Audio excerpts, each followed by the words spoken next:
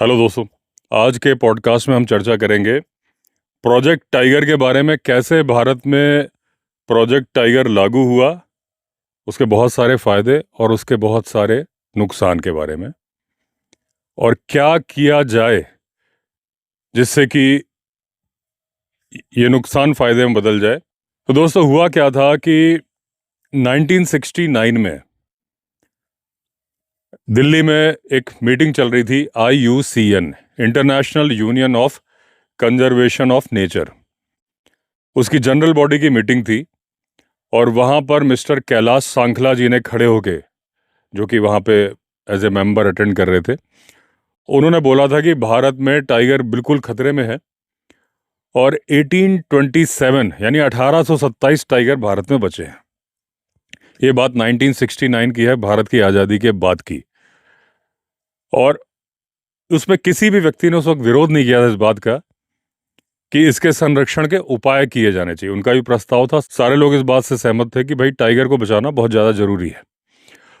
अब ये मीटिंग का एक आउटकम आ गया कि भाई एक रेड बुक बने जिसमें कि टाइगर के शिकार पर प्रतिबंध लगे, टाइगर के शिकार के रोकथाम के उपाय किए जाए और टाइगर को बढ़ावा देने की कोशिश की जाए, वो कैसे वापस अपनी संख्या वापस पाए। अब इस बात पे तो फैसला हो गया। उसके बाद क्या हुआ, एक साल बाद 1970 में एक व्यक्ति जो कि WWF के ट्रस्टी थे, जिनका नाम था गाय माउंटफोर्ट, वो आए इंडिया और तत्कालीन प्रधानमंत्री इंदिरा गांधी जी से मिलने गए और उन्होंने बोला कि हम मदद करना चाहते हैं भारत की टाइगर के कंजर्वेशन के लिए, और इसके लिए हम देना चाहते हैं $10 लाख। $10 लाख 1970 में, आप समझ लीजिए कितनी बड़ी रकम थी। इंदिरा गांधी जी ने फौरन हाँ बोल दी, क्योंकि उनके पास इरादा था, इच्छा शक्ति थी और पैसे मिल गए थे। WWF यानी वर्ल्ड वाइल्ड लाइफ फंड्स, ये तय हो गया कि भाई प्रोजेक्ट टाइगर लॉन्च किया जाएगा। उस पर कार्रवाई शुरू हो गई और टूरिज्म को भी इसका आधार बनाया जाएगा। कई सारे जो प्लान किए गए उसमें एक टूरिज्म भी था कि टाइगर को टूरिज्म का चेहरा बनाया जाएगा, वाइल्ड लाइफ टूरिज्म का, और उससे पैसे भी आएंगे, कंजर्वेशन में मदद भी मिलेगी और लोगों का आकर्षण भी बढ़ेगा टाइगर के लिए। अब सबसे पहली बात थी कि उस वक्त भारत का नेशनल एनिमल यानी राष्ट्रीय पशु था लायन। तो क्योंकि प्रोजेक्ट टाइगर लॉन्च हो रहा था और लायन का क्या था कि केवल गुजरात में था, टाइगर बहुत सारे राज्यों में था, तो ये हुआ कि भाई पहले भारत का नेशनल एनिमल चेंज किया जाए, टाइगर को फेस बनाया जाए। तो 1972 में भारत का नेशनल एनिमल यानी राष्ट्रीय पशु बना दिया गया टाइगर को, लायन को हटा के। लायन यानी कि बब्बर, शेर यानी कि सिंह, टाइगर यानी कि शेर यानी कि बाघ, और संस्कृत में व्याघ्र। लायन संस्कृत में भी सिंह ही होता है। तो जब वो कर दिया गया, उसके बाद 1973 में प्रोजेक्ट टाइगर लॉन्च कर दिया गया। और क्योंकि भारत का पहला नेशनल पार्क था जिम कॉर्बेट नेशनल पार्क या कॉर्बेट नेशनल पार्क, जो बना तो था शायद 1936 में हैली नेशनल पार्क के रूप में, 1954 या 55 में उसका नाम कर दिया गया था रामगंगा नेशनल पार्क, और जिम कॉर्बेट जी की मौत के बाद 1957 में जहाँ तक है उसका नाम कर दिया गया था जिम कॉर्बेट नेशनल पार्क या कॉर्बेट नेशनल पार्क। तो क्योंकि भारत का नेशनल पार्क वो था, फर्स्ट नेशनल पार्क, तो फिर प्रोजेक्ट टाइगर भी पहला वहीं से लॉन्च किया गया। हालांकि 9 प्रोजेक्ट बनाए गए थे, 9 नेशनल पार्क थे जिनको कि टाइगर रिजर्व में कन्वर्ट किया जाना था। तो इंदिरा गांधी जी ने ढिकाला से, जो जिम कॉर्बेट के अंदर ढिकाला है, वहाँ से प्रोजेक्ट टाइगर की शुरुआत की थी। ओल्ड फॉरेस्ट रेस्ट हाउस वगैरह जो बना है वहाँ से की थी। ढिकाला अंग्रेजों के ज़माना में मेरे ख्याल से 1880 के आसपास का बना हुआ था। अब जब प्रोजेक्ट टाइगर लॉन्च हो गया, बहुत ज़्यादा उत्साह था और पैसे भी बहुत ज़्यादा थे, इच्छा शक्ति भी थी, तेज़ी से काम शुरू हो गया। तो उसमें एक इंस्टीट्यूट था, स्मिथसोनियन इंस्टीट्यूट, अमेरिका का। उन्होंने बोला कि हम टेलीमेट्री उपकरण, यानी कि ये जो रेडियो कॉलर और इस तरह के जो रेडियो कॉलर के बाद एंटीना लगा के टाइगर की पोजीशन को पता करना, जो जिस पे कि इंडिया में बहुत काम हुआ बाद में, वो उससे टाइगर को ऊपर निगाह रखेंगे, टाइगर की सुरक्षा करेंगे। टेलीमेट्री मतलब दूर से निगाह रखने वाली, कि एंटीने से उसकी पोजीशन बीप बीप करके साउंड। एक सैटेलाइट से चिप लगा के ट्रेस करना होता है, एक नॉर्मल रेडियो वेव से होता है कि टाइगर ने रेडियो कॉलर पहना है, घूम रहा है, तो एक एंटीना उठा के एक फॉरेस्ट का एम्प्लॉय चलता है और उसमें बीप बीप बीप की आवाज़ आती है। ये मैंने खुद देखा है और खुद बहुत देखा है बचपन में। जैसे बांधवगढ़ टाइगर रिजर्व था जहाँ मेरा बचपन गुजरा, पन्ना टाइगर रिजर्व था, वहाँ पे भी वहाँ पे टाइगर्स को कॉलर पहनाए हुए थे, रेडियो कॉलर। बांधवगढ़ में मेरे फादर पोस्टेड थे जब मैं 18 साल के आसपास था, तब तो रेडियो कॉलर पहनाए हुए थे। और पन्ना में जब मेरी उम्र 20-22 साल थी, जब पन्ना में एडीएम थे पापा, हम रेगुलर जाते थे वहाँ पे। मैं वो आपको दोनों घटनाएं बताता हूँ, लेकिन पहले मैं इस बात को बता दूं कि वो उन्होंने कहा कि टेलीमेट्री उपकरण का इस्तेमाल करके हम टाइगर की गणना और टाइगर पे निगाह रखना चाहते हैं। लेकिन वही कैलाश सांखला जी जिन्होंने की आवाज़ उठाई थी कि 1827 टाइगर भारत में बचे हैं और अगर इसको रेड बुक में नहीं डाला गया, इसका शिकार पर प्रतिबंध नहीं लगाया गया, तो एक भी टाइगर नहीं बचेगा। शिकार पर प्रतिबंध यानी कि अगर उस टाइम पे 1969 की जो बात है, अगर परमिशन ले लिया आपने किसी तरीके से, तो आपको टाइगर मारने की परमिशन थी। तो वही कैलाश सांखला जी पहले फील्ड डायरेक्टर थे कॉर्बेट टाइगर रिजर्व के जब प्रोजेक्ट टाइगर लॉन्च हुआ। उन्होंने इस बात का विरोध कर दिया क्योंकि वो उस प्रोजेक्ट के फील्ड डायरेक्टर थे, उनकी बात की सुनवाई थी, तो आगे से मना कर दिया गया। तो जो स्मिथसोनियन इंस्टीट्यूट की जो कोशिशें थी, जो एफर्ट्स थे, जब भारत में उनको परमिशन नहीं मिली तो वो चले गए नेपाल। उससे नेपाल का बड़ा फ़ायदा हुआ, उनके पूरे वर्ल्ड में नाम हो गया, उनके यहाँ बहुत ही बढ़िया टाइगर कंजर्वेशन हुआ, टाइगर की संख्या बहुत अच्छे से बढ़ने लगी। हमारे यहाँ क्या हुआ कि हम पुरानी पद्धति पे चलते रहे, पगमार्क, और उसके पहले जो सिमलीपाल टाइगर रिजर्व था उसके जो फील्ड, वहाँ पे भी प्रोजेक्ट टाइगर लॉन्च हुआ था, और उसके जो पहले डायरेक्टर थे वो थे सरोज राय चौधरी जी। उन्होंने एक टेक्निक निकाली थी टाइगर की काउंटिंग की, कि उसमें क्या था कि एक फ्रेम बनाते थे, फ्रेम में कांच लगाते थे। जैसे अगर आप फोटो फ्रेम है, पहले जो फोटो फ्रेम बनती थी, फोटो के आगे कांच लगता था, लकड़ी का एक फ्रेम होता था, अगर उसको आप बाहर निकाल लो, बस वही, तो एक जो वो हो गया, तो थोड़ा सा उसके किनारे एक बॉर्डर लगा दो, एकदम जमीन से टच ना हो, करीब वो आधा इंच ऊपर रहे। अब जहां पर भी टाइगर के पगमार्क मिला, टाइगर के पगमार्क को अच्छे तरीके से देखने के लिए क्या करते थे, जो टाइगर के निकलने के रास्ते हैं, जो गेम ट्रेल भी बोलते हैं, पगडंडी बोलते हैं उसको, गेम ट्रेल मतलब ये तो शिकारियों का दिया हुआ नाम था, क्योंकि गेम से मतलब शिकार खेलना था उनका, बिग गेम स्मॉल गेम। तो वो जहाँ से जंगली जानवर चल के जाते थे उसको बोलते थे गेम ट्रेल। जंगल में जानवरों के चलने की एक पगडंडी बन जाती है, साफ साफ दिखाई देती है वो। तो इससे रिलेटेड एक बात बता दूं कि जैसे किसी ने मुझसे सवाल पूछा कि भेड़िया 8 का निशान क्यों बनाया जाता है जब उसको जू में या कैप्टिविटी में रखा जाता है। आप जब भी देखेंगे भेड़िया होगा, वो हर वक्त चल रहा होगा और 8 का निशान बनाता है। और वो 8 का निशान कैसे बन जाता है? क्योंकि बार बार चलता है, तो वही, क्योंकि गेम ट्रेल से रिलेटेड है। ये बात मैं आपको समझाने के लिए बोल रहा हूँ कि जब जंगली जानवर चलते हैं तो बार बार चलते हैं, इंसान भले ही वहां से ना चले, उनके खुरों से, उनके पंजों से निशान बन जाते हैं। जैसे कि कैप्टिविटी में भेड़िया चलता है तो 8 का निशान बनता है। आप कभी भी देखोगे, लोगों ने पूछा ये 8 क्यों बनाता है, क्या कोई साइकोलॉजिकल प्रॉब्लम है? प्रॉब्लम कुछ नहीं है। भेड़िया जो नेचुरल सराउंडिंग्स में रहते हैं उनको बहुत ज़्यादा चलने की आदत होती है। अब जब उनको बंद कर दिया जाता है, चलने की आदत तो है, भले ही वो कैप्टिविटी में पैदा हो, लेकिन ये तो उनके जीन्स हैं कि उनको चलना है, तो चलते हैं। अब वो अगर गोल गोल चलेंगे, अगर अपने पिंजरे का गोल ओ बनाएंगे वो, तो पहली बात तो 8 में ज़्यादा एरिया कवर होता है उसी इलाके में, ओ में कम होता है। अगर आप नाप के देखोगे ऐसे इंच टेप से नापोगे, और अगर 8 बनेगा तो पहले तो एरिया ज़्यादा कवर होता है। दूसरी बात, अगर भेड़िया सर्कुलर मूवमेंट कर रहा है पिंजरे के अंदर, तो उसको बस राइट मुड़ रहा है ना, लेफ्ट तो मुड़ ही नहीं रहा है। लेकिन अगर वो 8 बना रहा है तो राइट भी मुड़ रहा है, लेफ्ट भी मुड़ रहा है, तो उसकी बॉडी के लिए भी ठीक है, उसके ओरिएंटेशन के लिए भी ठीक है, और वो डिस्टेंस भी ज़्यादा कवर कर रहा है। तो इसलिए कैप्टिविटी के अंदर भेड़िए 8 बनाते हैं, ज़्यादा से ज़्यादा एरिया कवर करने का, चलने की आदत है। तो इस सवाल का जवाब भी हो गया, किसी ने मुझसे पूछा था। और ये भी बात हो गई कि जैसे कि उसके चलने से 8 बन रहा है, उसी तरीके से जंगल में जानवरों के चलने से निशान बन जाते हैं, उसको बोलते हैं गेम ट्रेल।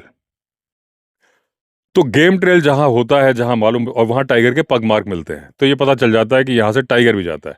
तो जहां पे जब पग मार्क अच्छे तरीके से गिनना होता था, सांचे में उनका स्पेसिमेन लेना होता था, तो क्या करते थे, बिल्कुल बारीक सी मिट्टी बिछा दी जाती थी गेम ट्रेल में, यहाँ से लेके मान लीजिए 6 फीट बिछा दी, चल 2-2.5 फीट का चलने का रास्ता होगा ज़्यादा से ज़्यादा, और 6 फीट बिछा दी बराबर, उसमें कंकड़ पत्थर हटा दिए, बराबर कर दिया उसको, ताकि टाइगर को भी ना लगे यहाँ के इंसान ने कुछ किया है, पत्ते वत्ते घिस के बराबर कर दिया। अब जब टाइगर जाएगा तो एकदम, क्योंकि मुलायम धूल है, कंकड़ पत्थर है नहीं, छानी हुई धूल है, उस पर एकदम साफ साफ निशान बन जाएंगे।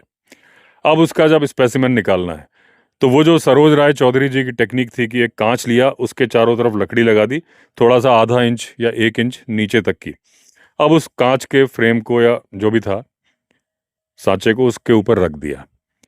तो अब वो जो पंजे का निशान बना है वो खराब नहीं हो रहा, लेकिन वो दिख रहा है। अब एक स्केच पेन लेके उसके ऊपर एक फॉरेस्ट गार्ड या जो भी ऑफिसर है बिल्कुल संभाल के ड्राइंग बनाएंगे, जैसे जैसे पंजे दिख रहे हैं ऐसे ऐसे ऐसे ड्राइंग बनाए, पूरा आकार बन गया। अब उसको बाहर निकालेंगे, अब उसके ऊपर एक ट्रेस पेपर रखेंगे, और ट्रेस पेपर रखने के बाद में फिर से बनाएंगे, क्योंकि उस कांच पे स्केच में चला हुआ है, उसके ऊपर दोबारा से बनाएंगे, तो वो एक पूरा सैंपल बन के आ जाता था। लेकिन इसमें गलती की बहुत ज़्यादा गुंजाइश रहती थी। जरा सा आपका पेन हिल गया कांच पे या ट्रेस पेपर पे और उसका डिज़ाइन चेंज हो गया। फिर दूसरा तरीका ये था कि जो वो पैरों का निशान बना है उस धूल पे, उसके ऊपर एक फ्रेम ऐसे ही सांचा रखते थे, उस पे प्लास्टर ऑफ पेरिस घोल तैयार करके डालते थे। तो जब उस पे डाल दिया, भर गया, छोड़ दिया उसको, रात भर छोड़ दिया, अगले दिन जब सूख गया दोबारा आया, तो जब निकाला उसको, तो ऊपर से तो वो पूरा सांचा बन गया, एक फ्लैट ब्रिक सी बन गई। जब उठा के नीचे से देखा तो नीचे टाइगर का पंजा छपा हुआ, क्योंकि उतनी जगह गड्ढा है ना, बाकी जगह तो फ्लैट गया और बाकी उस जगह प्लास्टर ऑफ पेरिस बिल्कुल बराबर चला गया। तो उस ट्रेसिंग वाली तरीके से ये प्लास्टर ऑफ पेरिस वाले का, जो प्लास्टर ऑफ पेरिस का तरीका था, ज़्यादा बेहतर था, लेकिन परफेक्ट ये भी नहीं था। क्यों नहीं था मैं बताता हूँ। तो इसको उसमें जो निशान लिख देते थे कि ये मान लीजिए उस जगह पे है, तो डेट लिख दी, जगह का नाम लिख दिया, और जो भी उसका नंबर दे दिया, 120 134 जो भी है रख लिया। अगली जगह जो पग मार्क मिले उसका रख दिया।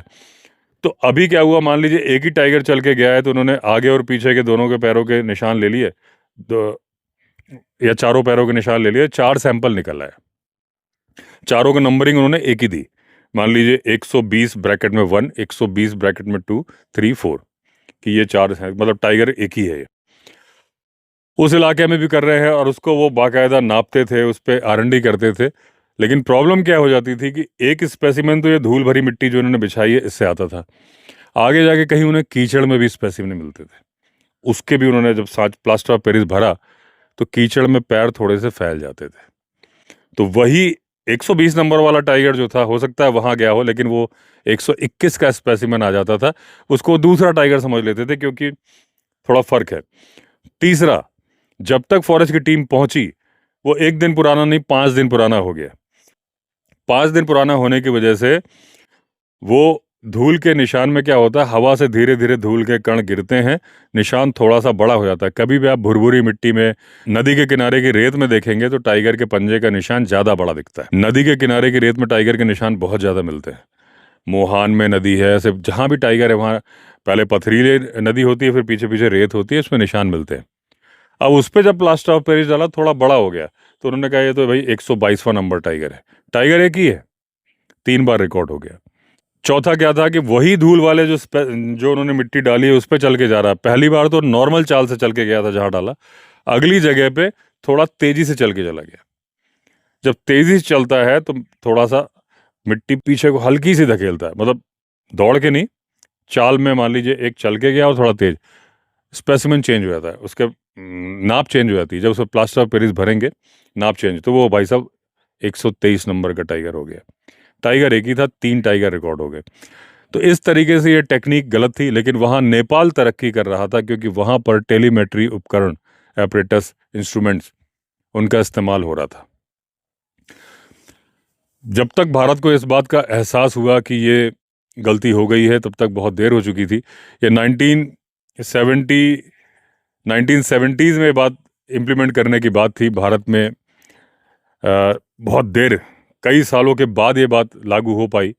निगाह रखनी शुरू कर दी टाइगर पर। रेडियो कॉलर वगैरह का इस्तेमाल बाद में भारत में भी चल पड़ा, लेकिन ये जो पैरों के निशान से जो काउंटिंग है ये बहुत बाद तक चलती रही। इसके जो नुकसान थे उस पे मैं आता हूँ, लेकिन उसके पहले मैं नेपाल वाली घटना बता दूं कि आपको पहले वो बता दूं जो पन्ना नेशनल पार्क और बांधवगढ़ की थी।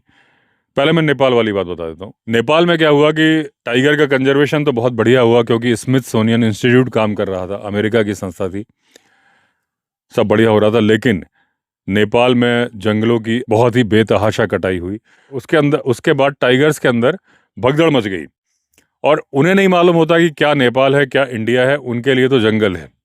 तो जंगल से जो कनेक्टिविटी थी वो शारदा नदी क्रॉस करके भारत का कुमाऊं का इलाका और इस तरह के इलाके, यूपी के इलाके जो कि लखीमपुर खीरी और ये इलाके हैं जो बॉर्डर हैं, वहाँ पर टाइगर आने शुरू हो गए। तो भारत के कुछ इलाकों में टाइगर की संख्या तेजी से बढ़ गई। यानी जो गेन हुआ था नेपाल को स्मिथसोनियन इंस्टीट्यूट से, वो अवैध कटाई की वजह से नुकसान हो गया। अब जो टाइगर आ गए यहाँ पर, संख्या को अपना प्रोजेक्ट टाइगर बहुत ज़्यादा फायदे में आ गया, बहुत ज़्यादा अच्छा काम कर रहा है, उसकी वाहवाही लूट ली वहाँ के ऑफिसर्स ने, जो फील्ड डायरेक्टर हैं। मान लीजिए जो नेशनल पार्क हो, मुझे स्पेसिफिक नहीं मालूम, मैं ऐसे अंदाजे से नाम बोल रहा हूँ कि मान लीजिए दुधवा है, कॉर्बेट है, जो नेपाल से लगे हुए हैं। उन्होंने कहा देखो हमारे कितने टाइगर्स बढ़ गए। उनके कंजर्वेशन की वजह से नहीं बढ़े थे, वो नेपाल में ढंग से हैंडल नहीं किया गया था, इसलिए वो भगदड़ मची थी तो बढ़ गए थे। प्रॉब्लम ही हुई कि यहाँ पे टाइगर ज़्यादा बढ़ गए। टाइगर ज़्यादा बढ़ गए तो ह्यूमन एनिमल कॉन्फ्लिक्ट बढ़ गया, क्योंकि अगर एक टाइगर की टेरिटरी 40 किलोमीटर की थी, टाइगर आ गया वहाँ 3 और, तो 10-10 की हो गई। उनमें फाइट होने लगी। फाइट होने से ऐसा तो है नहीं कि उनमें बंटवारा हो जाएगा, भाई तू इतनी रख ले तू इतनी रख ले। उनमें झगड़ा होगा, तो एक जीतेगा एक हारेगा, एक मरेगा और जो नहीं मरेगा वो भागेगा। भागेगा तो कहाँ जाएगा? तो वो बफर एरिया में जाएगा। बफर एरिया जंगल से बाहर खेतों की तरफ जाएगा, गन्ने के खेतों में जाएगा, यहाँ छिपेगा, मवेशियों पर डिपेंडेंट हो जाएगा। इंसान का सामना होगा। इंसान इस बात के लिए तैयार नहीं था। अचानक से उसकी गाय मरने लगी, भैंसें मरने लगी, बकरियां मरने लगी।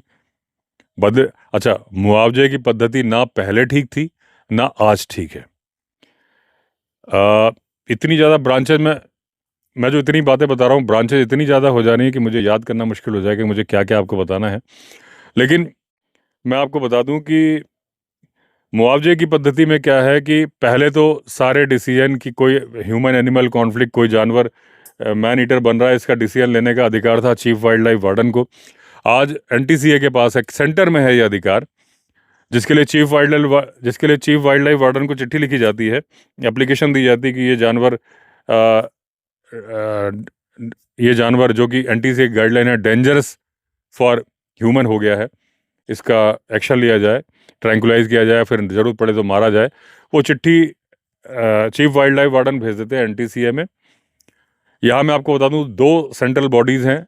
National board of wild life, जो कि पहले से था, आज बन चुका है NTCA, national tiger conservation authority, ऐसे ही नाम होगा जहाँ तक है मुझे।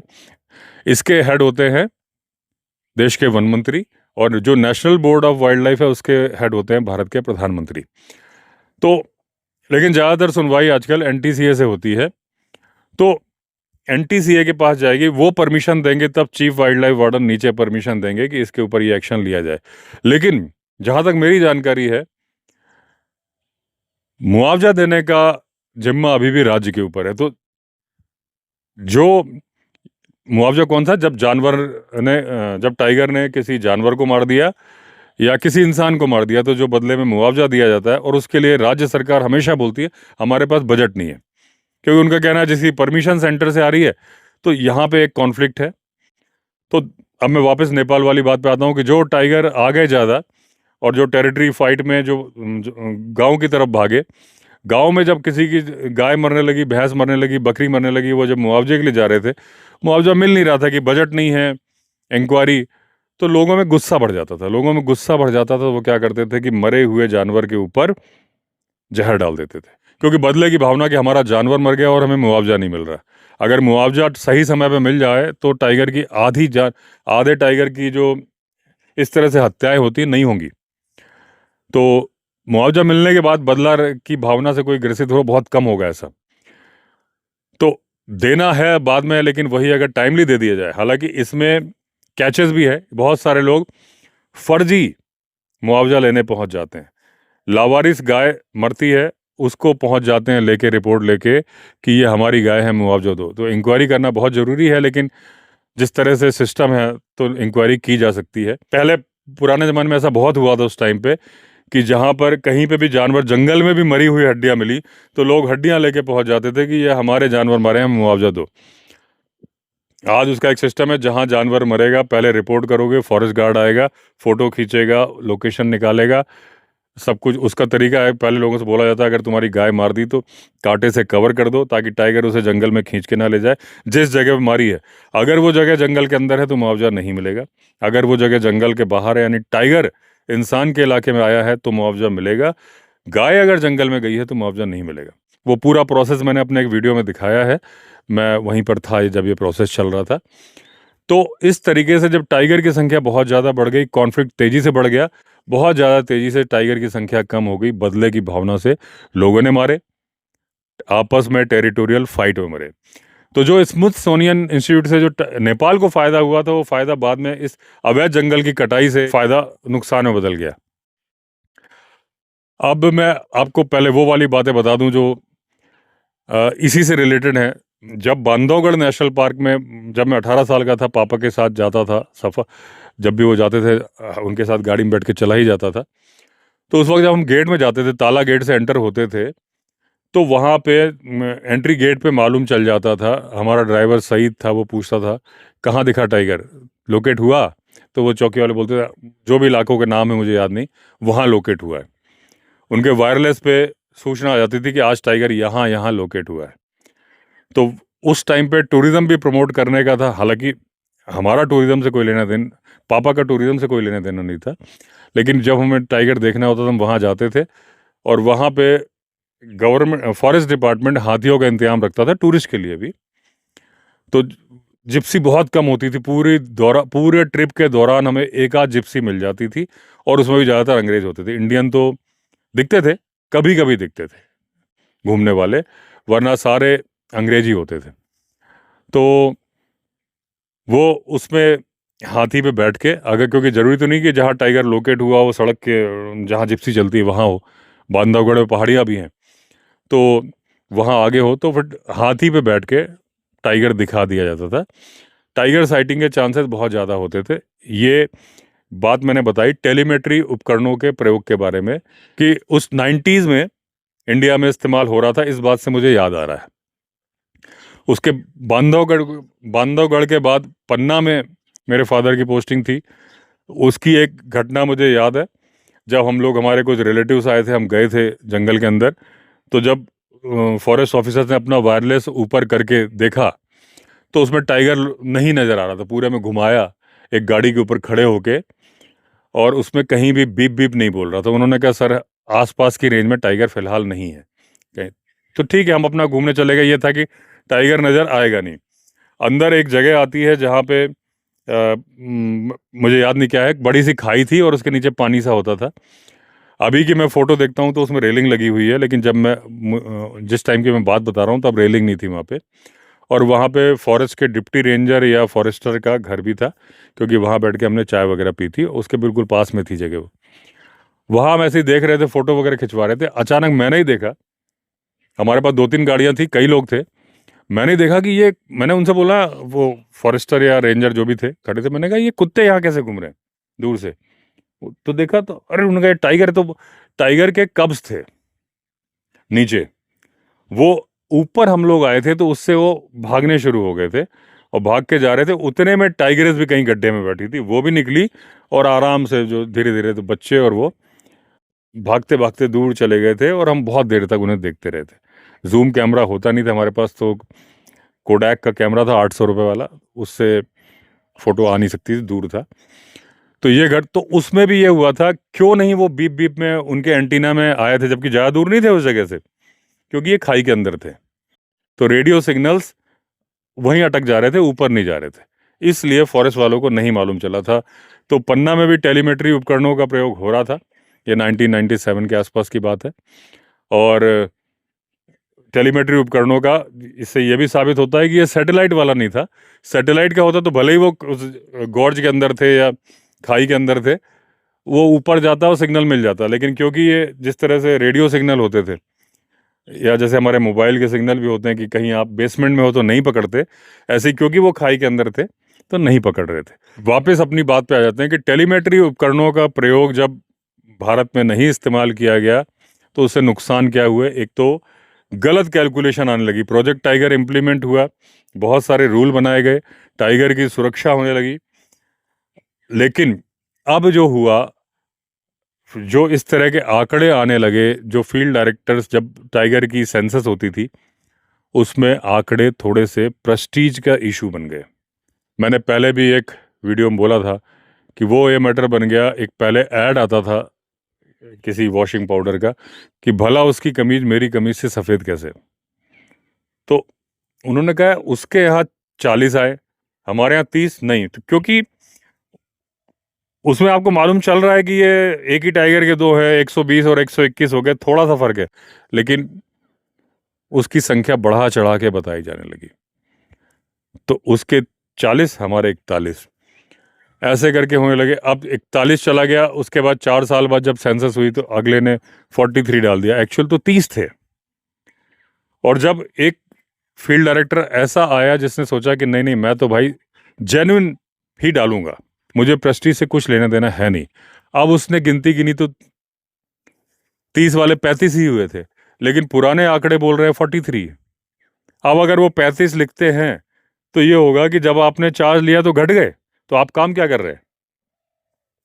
तो मजबूरी में अगले को 44 लिखना पड़ा, क्योंकि 43 लिखोगे तो आपने कोई, आपके टाइम पे कुछ तरक्की नहीं हुई। इस तरीके से मैनिपुलेशन होने लगा टाइगर का। और उसका आप वेरिफिकेशन कैसे करोगे।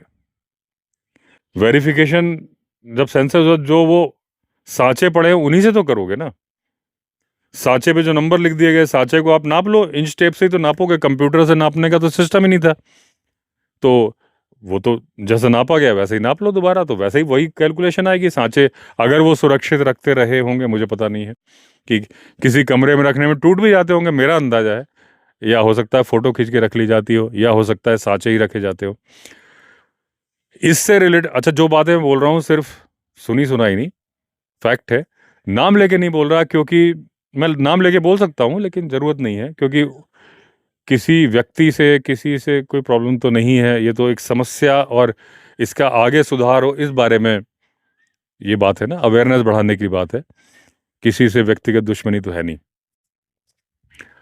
एक नेशनल पार्क में ऐसा हुआ था, शायद आपको अंदाजा लग जाएगा, लेकिन जब मैं नेशनल पार्क का नाम नहीं बोल रहा हूँ तो मैं अपनी तरफ से तो नहीं बोल रहा।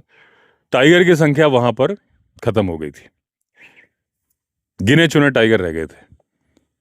और उसके लिए माननीय सुप्रीम कोर्ट में भी मामला गया था, और वहां से उन्होंने आदेश जारी किए थे। बहुत ज़्यादा डिटेल में नहीं जाऊंगा मैं। तो जब इंक्वायरी सौंपी गई तो दूसरे फील्ड डायरेक्टर को सौंपी गई कि आप यहाँ पर गणना करिए। तो वही पगमार्क की टेक्निक, वही धूल बिछाने वाली टेक्निक से किए गए। तो फॉर एग्जांपल, अगर मान लीजिए वहां पर, मैं एग्जैक्ट नंबर मुझे मालूम है, मैं बोल नहीं रहा हूं, मान लीजिए वहां पर 30 थे, तो जब, और ये माना जा रहा था कि 30 नहीं है, वहां 2 ही है।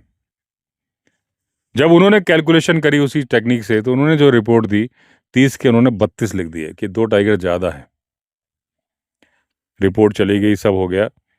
ये सब ऑफिशियल, मैंने बुक में पढ़ा है, ऑफिशियल डॉक्यूमेंट है जो मैं बता रहा हूं। अब जब वो चला गया, उसके 2 या 3 साल बाद ये क्लियर हुआ कि भाई उस नेशनल पार्क में टाइगर नहीं बचे हैं, यानी कि वो रिपोर्ट गलत थी। फिर दूसरे, उसी स्टेट के दूसरे नेशनल पार्क से टाइग्रेस भेजी गई। वहां जो बचे थे मेल टाइगर बचे थे, फीमेल थी ही नहीं। टाइग्रेस भेजी गई, आज वहां पर फल फूल रहे हैं, टाइगर की संख्या में बहुत बढ़िया नाम है। तो ये घटना हुई थी कि पगमार्क टेक्निक से जहां 2 हैं वहां, अगर मैंने 32 बोला है, 32 नंबर नहीं था वो, तो मैंने अभी ऐसे बोला है, लेकिन वो संख्या बता दी गई थी गिनती गिन के ऐसा कैसे संभव हो सकता है? जब टाइगर थे ही नहीं तो पगमार्क से सांचे बना के इतनी बड़ी गलती कैसे हो गई? इतना बड़ा कंफ्यूजन। एक ही टाइगर के पग, अगर पगमार्क अलग अलग डिजाइन के मिल रहे, सांचे अलग अलग तरीके के बन गए, लेकिन वो इलाका तो एक ही था ना। अगर आप एक ही इलाके में 10 टाइगर गिन रहे हो तो आप तो वाइल्ड लाइफ की जानकारी रखते हो, 10 टाइगर हो ही नहीं सकते। टाइगर्स के बच्चे भी होंगे तो पगमार्क तो उनकी तो गिनती नहीं होती उसमें। अडल्ट की ही गिनती होती, बच्चों की तो कब्स की गिनती नहीं होती। तो 10 टाइगर कैसे हो सकते हैं एक ही इलाके में? मैं उदाहरण के लिए बोल रहा हूँ, अगर वहां पर आपकी गिनती में आए। इतने सारे टाइगर एक जगह हो ही नहीं सकते। टेरिटरी भाई, एक मेल टाइगर, 3-4 फीमेल, वो भी 10-12 किलोमीटर मिनिमम की टेरिटरी तो आप दोगे। 40-40 की, वहां पे 40 की होती थी। कॉर्बेट में है जो आज 9 किलोमीटर की टेरिटरी है, वहां तो आज भी मेरे ख्याल से 30-40 की है। तो 5 ही टाइगर तो होंगे। एक दो फ्लोटर आ जाएंगे, एक फ्लोटर एक ट्रांजिएंट आ जाएगा, 7 हो जाएंगे। 40 किलोमीटर में छोटे से इलाके में कैसे आ जाएंगे? तो बहुत ज़्यादा गलती की संभावना थी। एग्जैक्ट नंबर्स नहीं आ रहे थे और पोचर्स अपना काम कर रहे थे। अच्छा, गलत आंकड़े देने का किसी को कोई फायदा नहीं था कि ये ऑफिशियल दे रहे हैं। उनका था कि ये जो पोचर्स ने काम कर दिया उसकी अकाउंटेबिलिटी हमारी ना बन जाए। तो ये जो पगमार्क की टेक्निक से नुकसान हुआ, जिस पे हमारा प्रोजेक्ट टाइगर चलता रहा, ये बहुत ही गलत डायरेक्शन में चल रहा था। आंकड़े नहीं सही आ रहे थे। अब ये टेक्निक चालू कर दी गई भाई। अब टाइगर की जो स्ट्राइप्स है, अब जब स्ट्राइप्स से होता है तो कंप्यूटर से नापा जाता है, गलती की गुंजाइश नहीं है। उसका रिकॉर्ड डेटाबेस भी पूरी तरह से मेंटेन होगा। किसी स्टोर रूम में भर के रखने की जरूरत नहीं है। आप 100-100 साल का भी रिकॉर्ड रख सकते हो कि कब कौन सा टाइगर कहाँ था, वो कभी भी आप निकाल सकते हो क्योंकि कंप्यूटर के अंदर है। कहाँ पर प्रॉब्लम आ रही है टाइगर के कंजर्वेशन में या दिक्कत, जो प्रोजेक्ट टाइगर, एक जो आज भी क्या पोचिंग नहीं हो रही, बहुत ज़्यादा पोचिंग हो रही है। अंधेरा होने लगा था तो लाइट जला ली। तो इंडिया का प्रोजेक्ट टाइगर बहुत ही सक्सेसफुल प्रोजेक्ट है और पूरी दुनिया में इसकी तारीफें होती हैं। जो कमियां हैं मैं बता रहा हूँ। तारीफें हैं तो वो तो कोई बात ही नहीं, बहुत बढ़िया चीज़ है। कमियां है कि एक आपसी विश्वास की कमी है कि जो उसमें सबसे बड़ी बात है मुआवजा। अगर मुआवजा टाइम पर मिल जाए, ये जनता के अंदर जो फीलिंग आती है ना कि यार ये टाइगर की वजह से हमारा ये नुकसान होता है, जो हमेशा डिमांड होने लगती है कि टाइगर को मारो या लेपर्ड। लेपर्ड अलग चीज़ है, प्रोजेक्ट टाइगर से रिलेटेड नहीं है, लेकिन कि भाई इसको शेड्यूल 1 से शेड्यूल 2 में डालो, ये हमारे इंसानों को मार रहा है, मवेशी खा रहा है, हमारा नुकसान कर रहा है। अगर उसके फायदे की स्कीम चालू कर दी जाए इसके साथ ही जुड़ के, जैसे कि प्रोजेक्ट टाइगर हो गया, एक प्रोजेक्ट चीता हो गया। आज चीता मध्य प्रदेश के कूनों से निकल के रणथंभौर में चले गए, खेतों में घूम रहे हैं। अभी एक रील मेरे पास आज ही आई थी कि ट्रैक्टर पे एक आदमी जा रहा है और वो बोल रहा है कि देखिए 2 टाइगर घूम रहे हैं, सामने से जा रहे हैं। वो चीता को टाइगर बोल रहा था, लेकिन वो अभी किसी को स्पॉटिंग भी हुई रणथंभौर में कि जहाँ टाइगर भी उनको दिखा एक ही सफारी के दौरान, उनको चीता भी दिखा। एक रेयर चीज बन गई उनके लिए। क्या पता लेपर्ड भी दिख गया हो कहीं पे। तीनों जगह इंडिया के अंदर तीनों जानवर एक सफारी में दिख जाना बहुत बड़ी बात हो गई। तो ऐसा नहीं कि चीता जंगल में नहीं जा रहा, लेकिन चीता जनरली गांव के पास रह रहा है जहां टाइगर की प्रेजेंस है, तो वो स्मेल करके पता कर सकता है कि यहाँ मुझे खतरा है। टाइगर से दूरी बना के रखेगा, वो लेपर्ड से भी दूरी बना के रखेगा।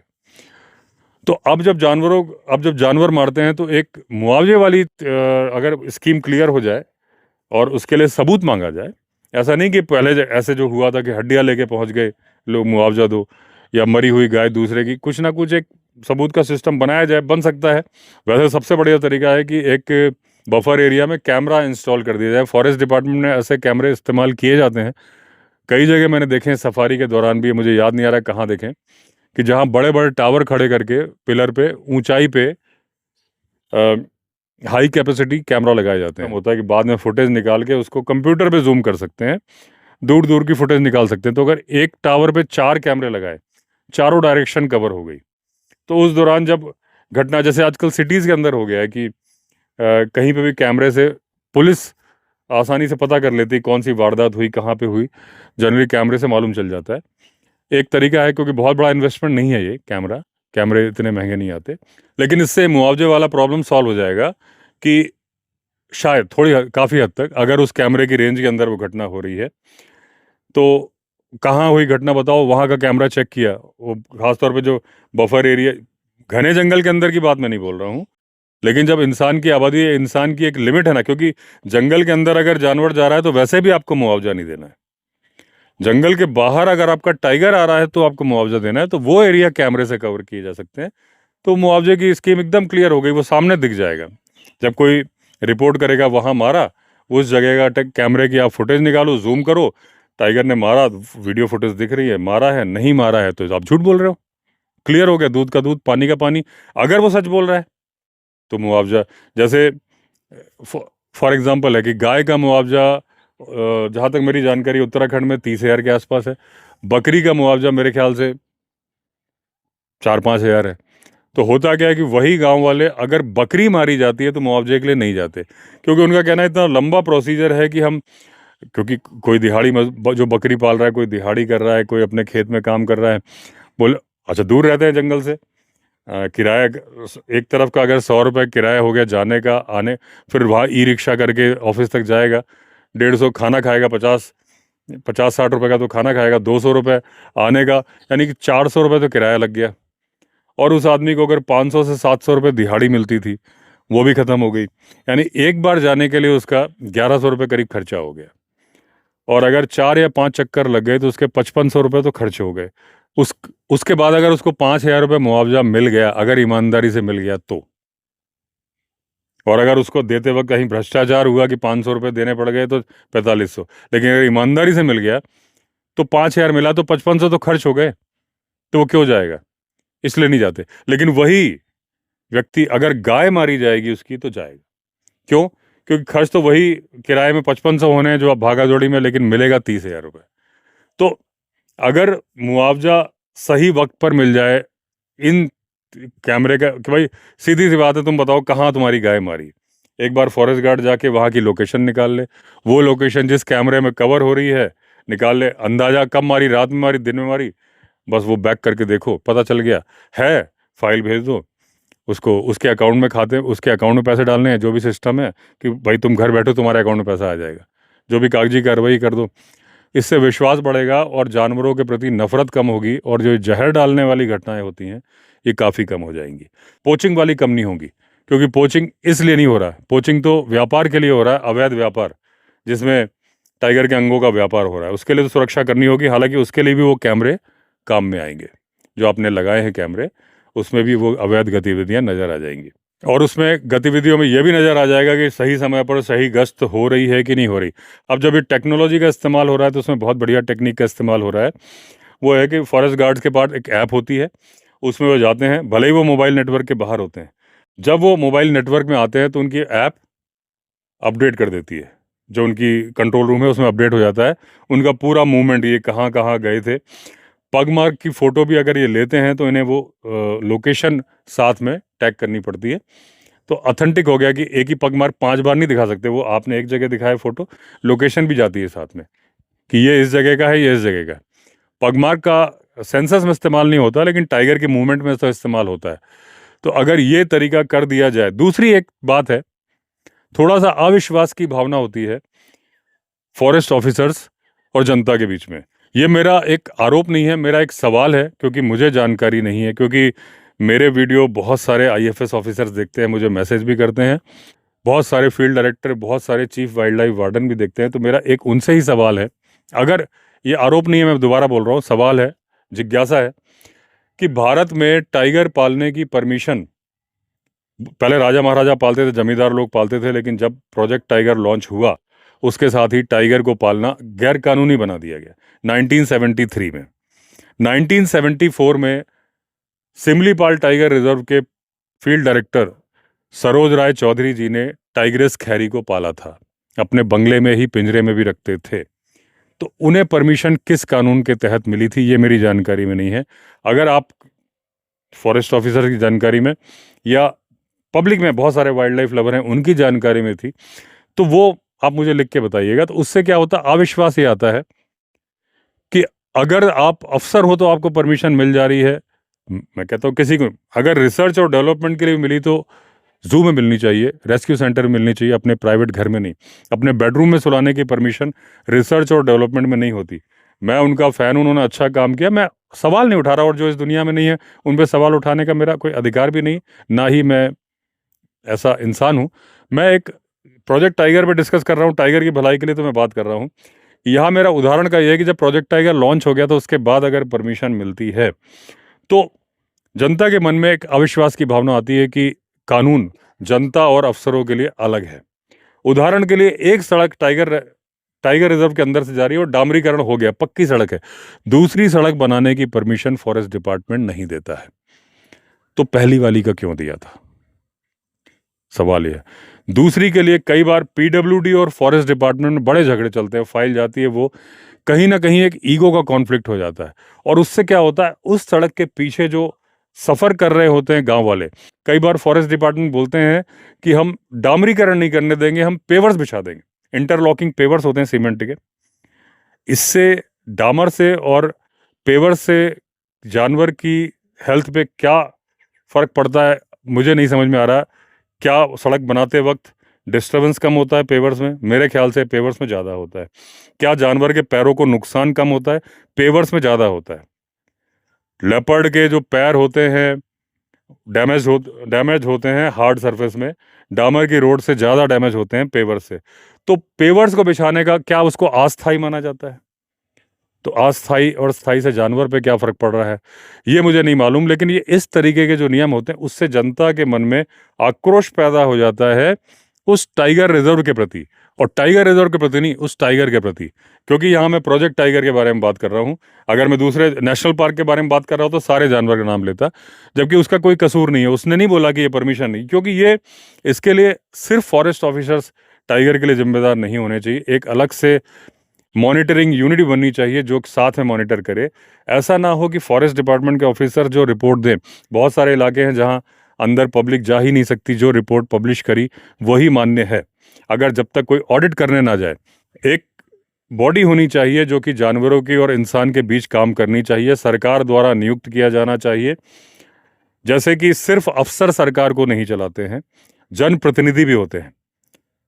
IAS officer, collector, IPS, SP सरकार चला रहे होते हैं, लेकिन उनके ऊपर मिनिस्टर होते हैं जो जनता के चुने हुए होते हैं, चीफ मिनिस्टर होते हैं, चीफ सेक्रेटरी भी होते हैं। सरकार तो चीफ सेक्रेटरी भी चला सकते थे, चीफ मिनिस्टर की क्या जरूरत थी? लेकिन जनता का विश्वास ज़्यादा रहता है चीफ मिनिस्टर के ऊपर। वो नौकरी में सेलेक्ट होकर आए होते हैं, 60 की उम्र में रिटायरमेंट है इनका, हर 5 साल बाद रिटायरमेंट हो जाएगा अगर जनता की उम्मीदों पे खरे नहीं उतरेंगे। जनता का विश्वास ज़्यादा होता है। हालांकि कैपेबिलिटीज़ तो अफसरों की ही ज़्यादा होती है, क्योंकि सरकार तो अफसर ही चलाते हैं। इसी तरह से वाइल्ड लाइफ प्रोटेक्शन अगर करना है, वन मंत्री सरकार के हैं, लेकिन अगर जानवर और इंसान के बीच में ब्रिज का काम करना है, एक पब्लिक की संस्था सरकार द्वारा अपॉइंट की जानी चाहिए, जो जिसको जंगल में जाने की सरकारी अधिकारियों के साथ परमिशन हो, जाके हर जगह जहाँ जाना चाहे, जहाँ का वो वाटर पॉइंट्स चेक कर सके, जहाँ का कुछ भी चेक कर सके, जानवरों की संख्या, उसके पास आंकड़े भी उपलब्ध होने चाहिए जिनमें गोपनीयता बरकरार रखनी है, उसका उनसे एक वो साइन कराना चाहिए। जैसे शपथ पत्र होता है मंत्रियों के कि मैं गोपनीयता रखूंगा, तो वो ओपन ना हो। अगर ये सिस्टम हो जाए तो जनता के बीच में विश्वास बनेगा। क्योंकि यहाँ मेरा ये नहीं था कि वो क्यों पालने की परमिशन है, थी नहीं थी। मेरा है कि जब रूल बना कि 1973 के बाद कोई नहीं पाल सकता है, तो कोई कैसे पाल सकता है अपने घर में? इसी तरीके से जहाँ गाड़ी जाने की परमिशन नहीं है वहाँ फॉरेस्ट, मैंने देखा हुआ है, मेरे वीडियो में रिकॉर्डेड है, लेकिन मैंने वीडियो में जानबूझ के कट किया था। मध्य प्रदेश के एक नेशनल पार्क की बात है जहाँ मैं गया था। वहाँ फॉरेस्ट डिपार्टमेंट की सरकारी गाड़ी में एक पूरे उनका परिवार घूम रहा था, जहाँ सफारी में प्राइवेट गाड़ी बैन है। तो अगर वो अधिकारी जा रहे हैं तो सरकारी गाड़ी से जा सकते हैं, लेकिन अधिकारी की गाड़ी में परिवार कैसे जा सकता है? ये गलत है। इससे जनता के अंदर अविश्वास आता है, क्योंकि वो तो घूमने ही जा रहे हैं, सारे फोटोग्राफ कर रहे हैं। अगर तो मुझे वो वो वीडियो वायरल करके इस तरह का मेरा नेचर होता तो मैं उसको दिखा देता। मैंने जानबूझ के, वीडियो शूटिंग हुई थी, एडिटिंग के टाइम पे मैंने काट दिया था कि मुझे किसी की गाड़ी का नंबर भी आ गया, सब आ गया था, लेकिन मेरा ऐसी आदत नहीं है। मेरा, क्योंकि कंट्रोवर्सी करके कुछ फायदा नहीं, किसी एक व्यक्ति को टारगेट करने का मेरा कभी उद्देश्य रहा ही नहीं। समस्या का है, अगर मैंने सरोज राय चौधरी का नाम बोला है तो पूरे सम्मान के साथ बोला है। उन्होंने पगमार्क की टेक्निक, भारत के टाइगर कंजर्वेशन में उनका बहुत बड़ा योगदान है।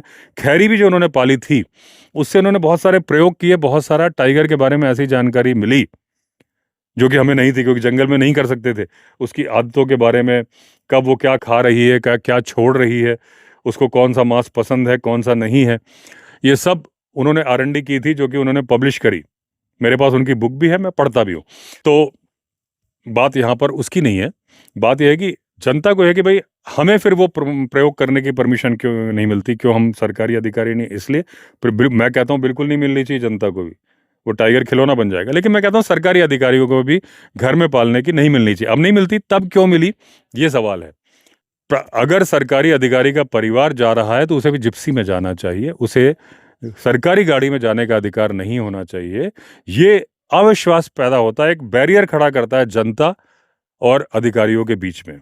मैं भी एक सरकारी अधिकारी का ही बेटा हूं, और जबकि मैं बता रहा हूं कि मैं अपने पापा के साथ सरकारी गाड़ी में जाता था, उस टाइम पे प्राइवेट गाड़ियां जाना अलाउड था, परमिशन लेके। यहाँ मैंने तो अपनी पर्सनल गाड़ी से भी सफारी बहुत करी है, 2011-12 तक करी है। और SUV होना चाहिए, जीप होना चाहिए, आप अपनी प्राइवेट गाड़ी लेके जंगल में जा सकते हो।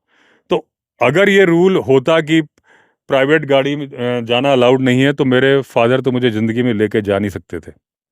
मैं कितना रोता गाता कुछ भी कर लेता। लेकिन आज जब ये रूल है कि सिर्फ जिप्सी जाएगी, प्राइवेट गाड़ी नहीं जाएगी, तो सरकारी गाड़ी में परिवार लेके जाना गलत है। जब प्राइवेट गाड़ी जा रही थी उस वक्त तो ठीक है, कोई सी भी गाड़ी जा रही गाड़ी है। तो ये सारी बातें मैंने डिस्कस करी जैसे भी है। तो प्रोजेक्ट टाइगर का फ़ायदे, नुकसान, फ़ायदे उसमें जो कमी है वो मैंने आपको बताई। इसमें जो कुछ कमेंट्स लिख के आप सजेशन दें, क्योंकि जैसा कि मैंने बताया कि अथॉरिटीज़ भी वीडियो देखते हैं। जहाँ गलत है तो उसके लिए मैं अगले वीडियो में बोल दूंगा ये गलत मैंने बोला था कि मुझे जानकारी नहीं थी। जहाँ सही है, अगर आज नहीं तो कल कोई बात सही दिशा में एक कदम बढ़ जाए तो अच्छा ही है। तो चलिए दोस्तों, एंड करता हूँ वीडियो को। अगर आपने चैनल सब्सक्राइब नहीं किया तो चैनल सब्सक्राइब कर लीजिए। फिर मिलते हैं, तब तक के लिए all the best. Vande Mataram.